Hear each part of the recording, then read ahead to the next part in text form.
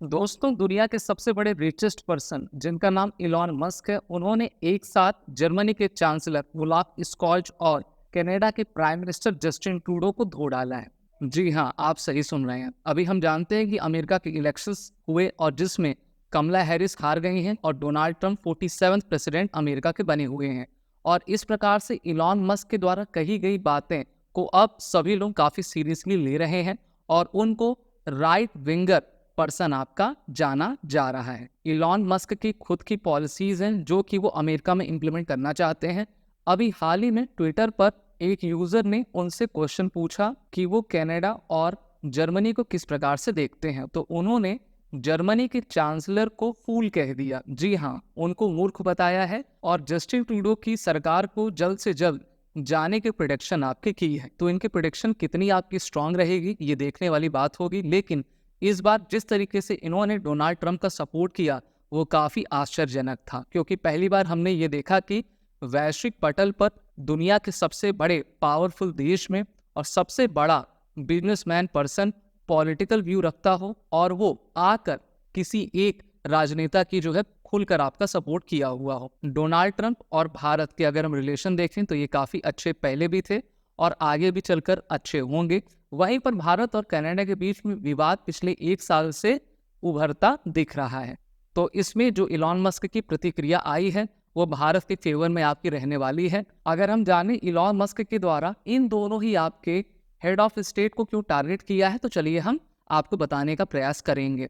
सबसे पहले बात करते हैं कनाडा की। तो देखिए, कनाडा में एक्सट्रीमिज्म, इलीगल माइग्रेशन और जो राइट ऑफ स्पीच में आपको कर्टेल किया जा रहा है उससे काफी इलॉन मस्क आपके आहत हैं और उनका कहना है कि कनाडा में इलीगल माइग्रेशन की जो समस्या है उससे वहां के लोग सबसे अधिक प्रभावित हैं और इस कारण से जो कनाडा में अक्टूबर 2025 के पहले इलेक्शन होंगे उसमें यह संभव है कि जो जस्टिन ट्रूडो की जो कोalition की सरकार है वो गिर जाएगी। दोस्तों, कनाडा में लिबरल पार्टी, कंजर्वेटिव पार्टी और न्यू डेमोक्रेटिक पार्टी है, इनके बीच में अगले साल इलेक्शन होंगे और ये ऐसा संभावना जताई जा रही है कि 2 बार जस्टिन ट्रूडो जो विजेता रहे हैं अब ये तीसरी बार कनाडा के चुनाव में नहीं जीत पाएंगे और इसी कारण जो है वो खालिस्तान के आतंकवादियों का समर्थन ले रहे हैं और भारत को लगातार टारगेट करते जा रहे हैं।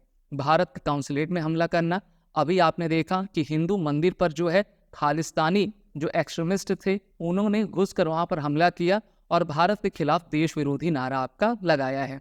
इन सब बातों को काफी ध्यान से भारत के द्वारा देखा जा रहा है और अभी डॉक्टर एस जयशंकर की जो प्रेस ब्रीफिंग थी उसको पॉडकास्ट करने से ऑस्ट्रेलिया में कनाडा के द्वारा आपका रोक लगा दी गई थी। तो भारत इन सभी मुद्दों पर नजर बनाए हुए है। वहीं पर बात करते हैं जर्मनी की। तो जर्मनी में भी जो है आपका कोलिशन की गवर्नमेंट है और वहां पर जो ओलाफ स्कॉल्ज की पार्टी है वो लगभग 3-4 पार्टियों से उन्होंने समर्थन लेकर रखा हुआ है और अभी ओलाफ स्कॉल के द्वारा उनके फाइनेंस मिनिस्टर जिनका नाम क्रिस्टियन लिएंडर है उनको उनके पद से हटा दिया गया है और जिससे हो सकता है कि मार्च 2025 के पहले ही जर्मनी में इलेक्शन हो सकते हैं।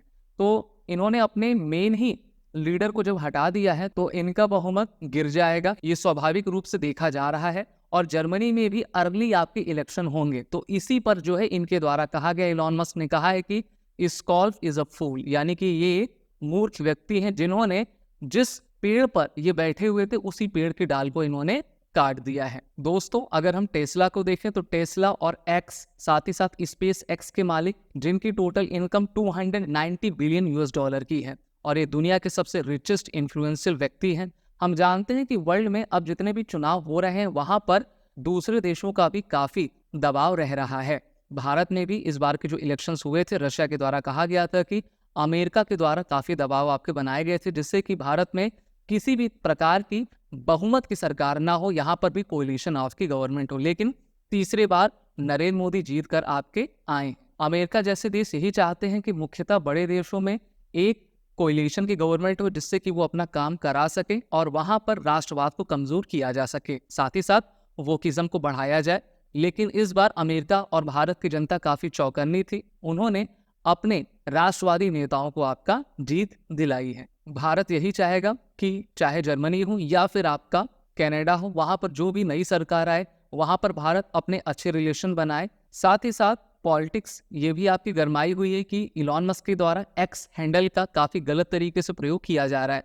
वहीं हमने देखा कि जब से एक्स की कमान यानी कि ट्विटर की कमान इलॉन मस्क ने संभाली है, तो ऐसी न्यूज जिसको पहले कर्टेल किया जाता था, अब उसको कर्टेल आपका नहीं किया जा रहा है, या फिर उन लोगों के द्वारा नहीं किया जा सकता है जो कि इसको पहले आपका किया करते थे। दोस्तों, अगर हम बात करते हैं इलॉन मस्क के पॉलिटिकल पॉइंट ऑफ व्यू की, तो इनके द्वारा universal basic income, gun rights, freedom of speech, tax on carbon emission, government subsidies को अपोज करने की पॉलिसी आपकी अपनाई जाती है। साथ ही साथ ये काफ़ी बड़े क्रिटिक हैं इलीगल इमिग्रेशन के और शॉर्ट सेलिंग के। जैसे हमने देखा था भारत में भी पिछले साल यानी कि 2023 में और इस साल भी 2024 में हिंडनबर्ग के द्वारा 2 रिपोर्ट्स लाई गई थी और उससे भारत की इकोनॉमी को कमजोर करने की साजिश की गई थी। Musk express concern about issues such as artificial intelligence, climate change and population decline.